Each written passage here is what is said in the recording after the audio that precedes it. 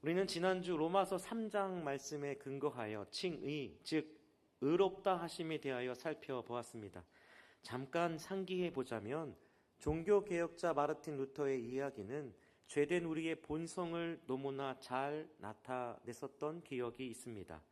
죄에 대해 민감했던 루터는 자신의 죄를 끊어내고자 금식을 하기도 하고 밤새 기도도 했으며 죄된 생각이 떠오를 때마다 스스로 채찍질을 했고 몇 시간씩 자신의 죄를 고백하는 이 고해성사를 해도 그 마음에 그 죄책감이 사라지지 않는 고통이 있었습니다. 이러한 고민은 루터만의 고민이 아닌, 루터만의 문제가 아닌 저를 포함한 이 땅을 사랑하는 모든 성도들의 고민이기도 할 텐데요. 분명한 것은 사람의 힘으로, 우리의 노력으로는 아무리 죄의 문제를 해결하려고 해도 해결할 수 없다라는 겁니다. 그랬던 루터가 어떻게 이 죄의 문제를 해결했나요? 그것은 로마서 1장 17절 오직 의인은 믿음으로 말미암아 살리라 라는 이 말씀을 통해 깨닫게 된 것입니다. 무엇을요?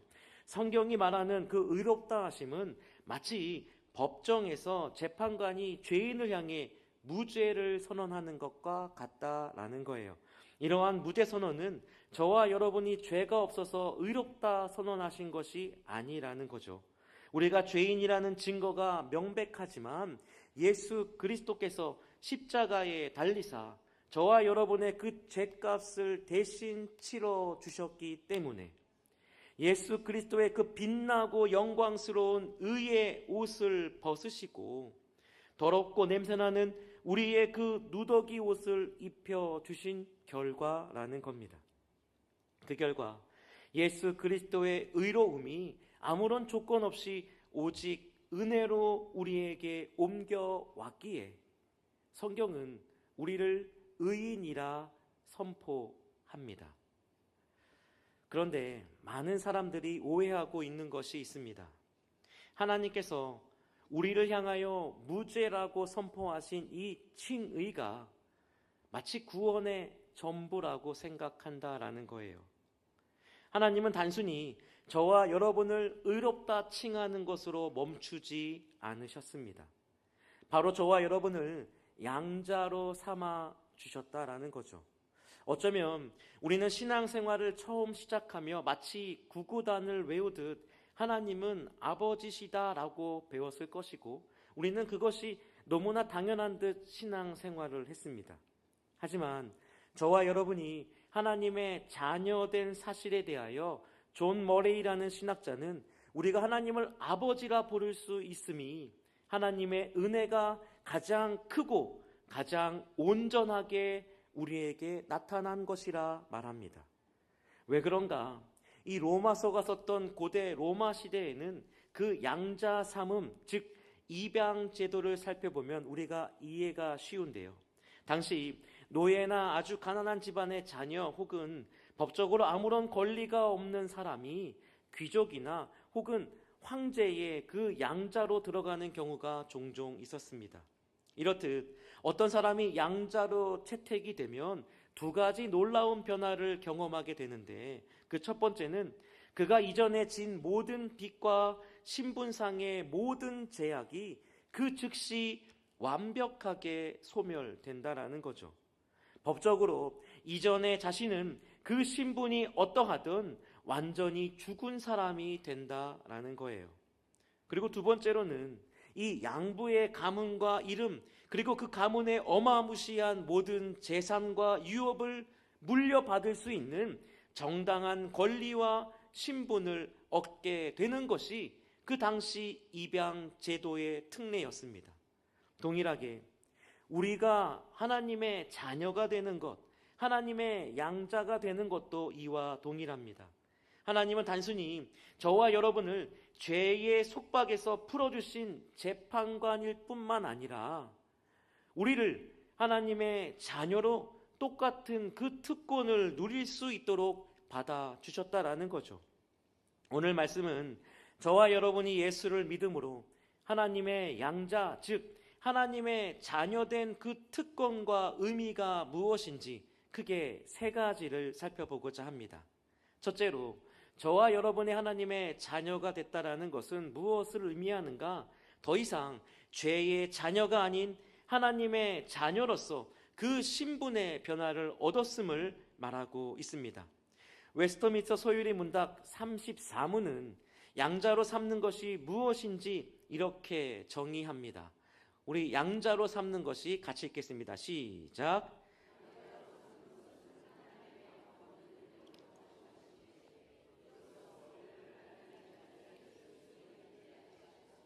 그 모든 특권을 누리게 하시는 것이다.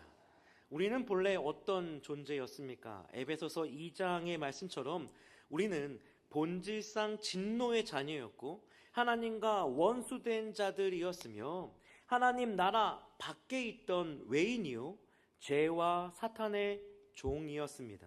그러나 하나님께서는 독생자 예수 그리스도 안에서 예수님을 통하여 우리는 하나님의 자녀라는 그 명분을 얻게 된 것이고, 이것은 결코 상실되거나 취소되지 않는 그 누구도 절대로 깰 수 없는 평화의 언약을 맺어 주셨다. 성경은 분명하게 말합니다. 물론 저와 여러분이 죄에 빠질 때에 내가 진짜 하나님의 자녀인가라는 의심이 들 수 있습니다. 우리의 믿음이 세상의 유혹에 잠시 흔들릴 때도 있다라는 거죠. 하지만 하나님이 저와 여러분을 하나님의 자녀로 삼으신 그 법적인 신분만큼은 아무리 우리가 의심하고 우리의 신앙이 흔들린다 할지라도 하나님의 자녀라는 그 뿌리는 영원히 그리고 안전하게 보장되고 있음을 하나님의 말씀은 증거하고 있습니다. 왜 그런가? 에베소서 1장 13절을 보면 저와 여러분이 성령의 인치심을 받았다라고 말하고 있습니다. 여기서 말하는 인치심이라는 단어는 상업적인 표현입니다. 보증금을 지불하다, 보증한다 라는 의미를 갖고 있는데요. 고대 세계에서 왕이나 이 가문의 주인은 중요한 문서나 자기 소유물에 인장반지를 눌러 도장을 찍음으로 이것이 내가 쓴 명령이고 이것이 나의 소유임을 분명하게 확증했습니다. 동일하게 성령의 인치심은 하나님께서 저와 여러분의 영혼 위에 너는 내 것이다, 너는 내 소유다라는 지워지지 않는 그 거룩한 도장을 찍으셨다라는 거죠. 그렇기에 누가복음 15장의 탕자의 비유를 보면 집을 나가 모든 재산을 탕진하고 돌아온 이 아들에게 이 아버지가 제일 먼저 목을 안고 신발을 입히며 손에는 그 가락지를 끼워 주었습니다. 이것은 단순한 장신구가 아닌 너는 비록 실패하고 정죄받아 마땅한 모습이지만 너는 죄인이지만 너는 가진 것이 없지만 이제 나의 아들이다라는 그 아들의 명분을 회복했음을 보여주는 것이죠. 이 가문의 모든 권위와 자격을 다시금 너에게 부여한다라는 공식적인 선포였습니다. 하나님은 오늘 저와 여러분의 손에 이 인장 반지를 끼워 주신 겁니다. 성령 하나님이 우리 안에 거하심으로 우리가 영원히 하나님의 소유라는 그 도장을 찍어 주신 것이죠. 왕의 인장 도장이 찍힌 문서를 그 누구도 찢어버릴 수 없듯이 저와 여러분을 향한 하나님의 찍으신 그 도장은 어떤 마귀나 세상의 어떤 고난과 유혹에 넘어진다 할지라도 절대로 저와 여러분이 하나님의 자녀인 이 사실을 해칠 수 없고 멈출 수 없고 끊을 수 없음을 분명하게 말합니다. 둘째로 저와 여러분이 하나님의 자녀가 되었다라는 것은 우리에게 놀라운 특권을 제시하고 있습니다. 우리가 읽은 로마서 8장 15절의 말씀을 우리가 한 번 더 함께 읽겠습니다. 시작. 너희는 다시 무서워하는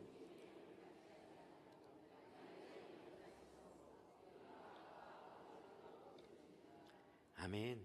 이 로마서 8장 15절을 보면 종과 자녀의 그 결정적인 차이를 확연하게 드러내고 있습니다. 종은 주인을 볼 때에 두려운 눈빛으로 바라보고 있다라는 거예요.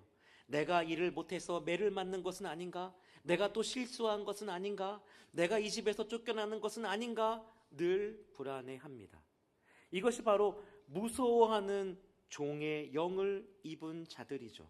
반면에 내 안에 계신 성령님, 곧 양자의 영이 로마서 8장 16절과 같이 우리가 하나님의 자녀인 것을 친히 증언하신다라는 거죠.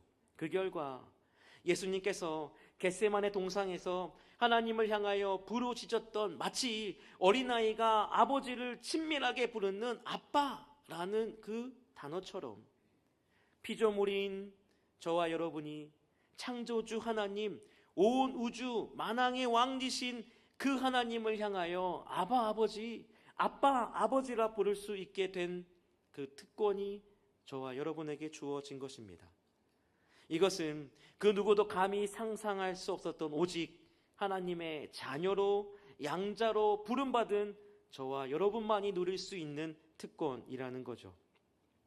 이 양자됨의 특권에는 세 가지 구체적인 복이 포함되어 있습니다. 첫째는 무엇인가? 은혜의 보좌 앞에 담대히 나아갈 수 있게 되었음을 성경은 말합니다. 구체적으로 히브리서 4장 16절의 말씀을 보면 우리는 때를 따라 돕는 은혜를 얻기 위하여 하나님의 은혜의 보좌 앞에 담대히 나아갈 수 있는 그 권리를 얻게 되었다라는 것이죠.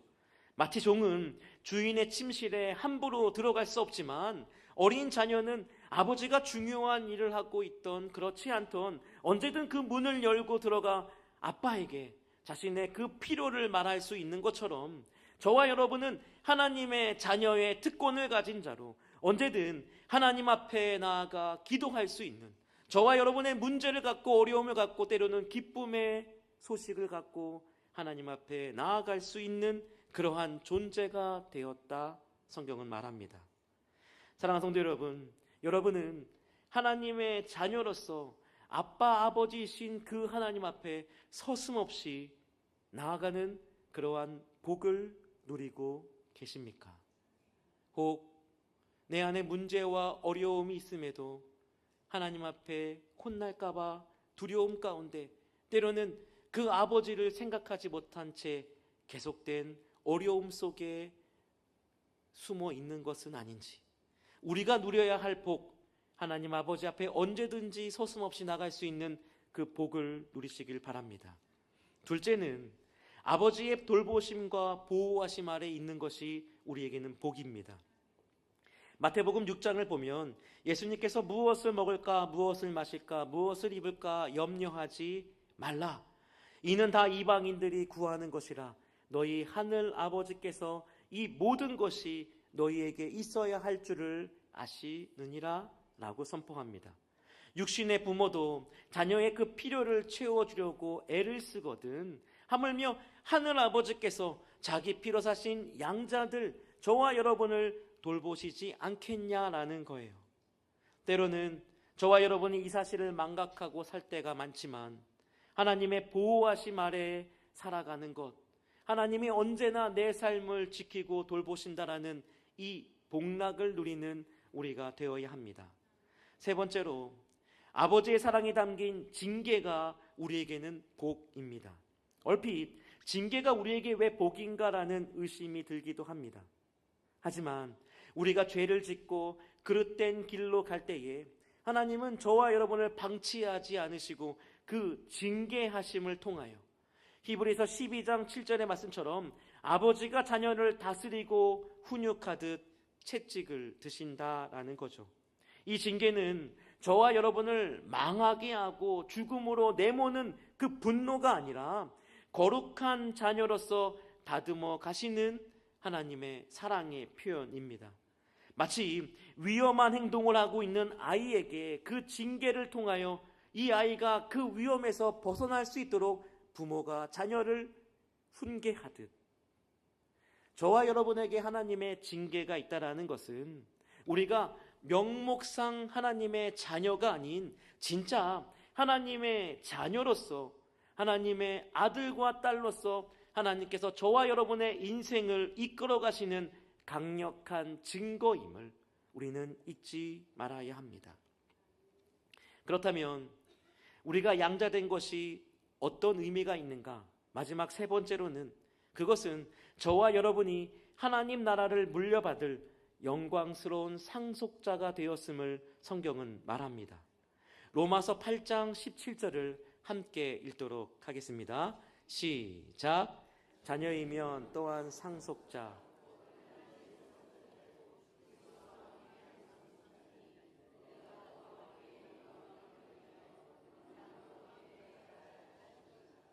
양자가 된다라는 것은, 하나님의 자녀가 된다라는 것은 단순히 저와 여러분을 향한 그 명칭의 변화 정도가 아닙니다. 바로 하늘 아버지의 그 유업을 물려받는 상속자가 되었음을 분명하게 선포하고 있다라는 거죠. 명확히 말하자면 예수 그리스도만이 하나님의 영원한 독생자이시며 유일한 상속자이심에도 하나님께서는 독생자 예수 그리스도를 우리의 첫 열매 장자가 되게 하셨고 피조물인 우리와 형제 자매로 세워주셨음을 성경은 말하고 있습니다. 그 결과 예수 그리스도가 누릴 하늘의 그 복된 유업을 피조물인 저와 여러분이 똑같이 나누어 주심으로 예수 그리스도와 함께 공동 상속자로 저희를 세워주셨습니다. 그렇다면 상속자는 무엇을 물려받는가? 첫째는 베드로후서 1장 4절과 같이 하나님의 성품을 닮아가는 그 은혜를 받습니다.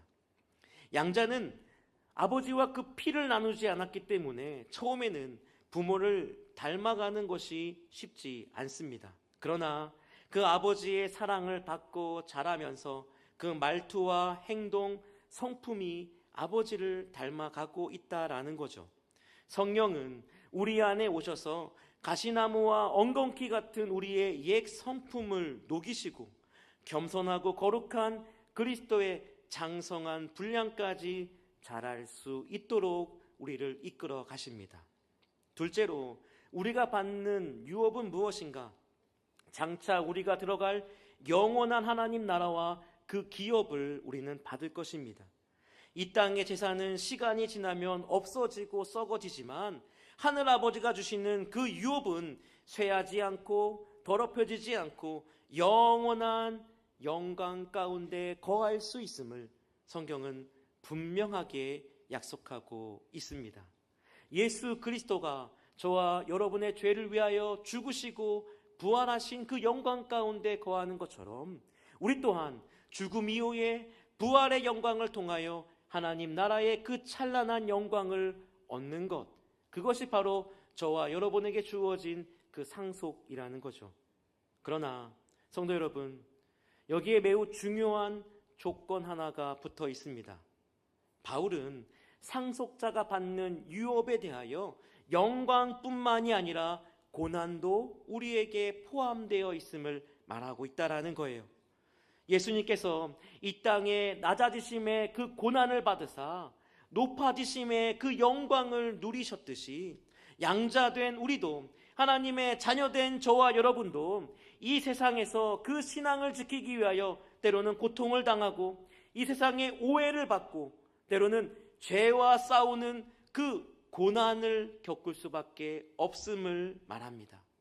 예수를 믿는데 왜 이렇게 삶이 힘들고 고난이 찾아오는가? 그것은 저와 여러분이 하나님께 버림받아서가 아닌 우리가 그리스도와 연합된 자녀이기 때문에 맏형이신 그리스도께서 걸어가신 그 거룩한 길을 저와 여러분이 함께 걸어가고 있는 증거라는 것. 예수가 받는 고난 또한 우리가 그 고난을 받고 예수가 받는 그 영광 또한 우리가 받을 그 영광의 자리임을, 그것이 바로 저와 여러분에 주어진 그 상속 유업임을 성경은 분명하게 말합니다. 성도 여러분, 이 땅에서 자녀이기 때문에 받는 고난은 장차 우리에게 나타날 비교할 수 없는 그 영원한 영광과는 비교할 수 없음을 말합니다. 그렇게 우리는 영광만을 탐하며 문제 앞에 낙심하고 신앙을 포기하면 안 된다라는 거예요. 문제가 있다고 해서 그 예수 그리스도를 버리면 안 된다라는 겁니다. 내 삶에 계속된 근심과 염려로 말미암아 신앙생활을 해도 바뀌지 않는 우리의 삶의 모습을 보며 그 하늘 아버지를 포기하면 안 된다라는 거죠. 예수를 믿는 하나님의 자녀가 된 저와 여러분은 끝까지 하늘 아버지의 그 상급을 바라보며 끝까지 나의 아버지 되시는 그 하나님을 붙들며 은혜의 보좌 앞으로 나아가는 것, 그것이 우리가 이 땅을 살아가는 성도의 모습입니다. 사랑하는 성도 여러분, 우리는 하나님의 자녀입니다라는 어쩌면 너무나 잘 알고 익숙한 이 표현, 이 한마디가 우리에게 너무나 큰 은혜가 된다라는 사실을 다시 한번 살펴보았습니다. 그렇다면 우리의 삶 속에서 하나님의 자녀로서 어떻게 살아가야 하는가? 첫째로, 그 마귀의 정죄와 세상의 평가 속에서 우리가 하나님의 자녀인 이 정체성이 흔들리면 안 됩니다. 우리가 이 땅을 살아가다 보면 마귀는 우리가 죄를 지을 때마다 찾아와 귓가에 속삭입니다. 우리 안에 있는 양심은 계속해서 우리를 상고합니다. 고발합니다. 내가 그러고도 예수를 믿는 자인가? 하나님이 너를 사랑하겠는가? 신앙생활을 몇 년을 해도 이 변함없는 쳇바퀴 속에 살아가는 네가 과연 예수를 믿는 사람인가?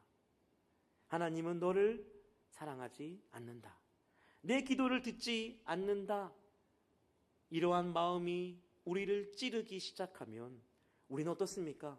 신앙생활에 낙심되고 엎드려질 수밖에 없습니다.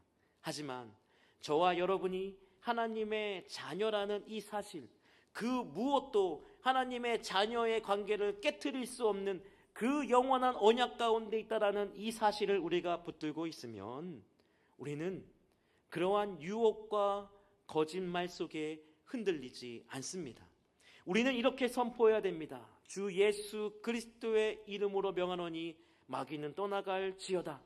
나는 비록 부족하고 넘어지지만 나를 위해 피 흘리신 그 예수 그리스도의 의로 말미암아 정죄함이 없고 나를 아빠 아버지라 부르신 그 하늘 아버지가 나의 아버지 되시니 나는 하나님의 거룩한 자녀임을 우리는 선포해야 합니다.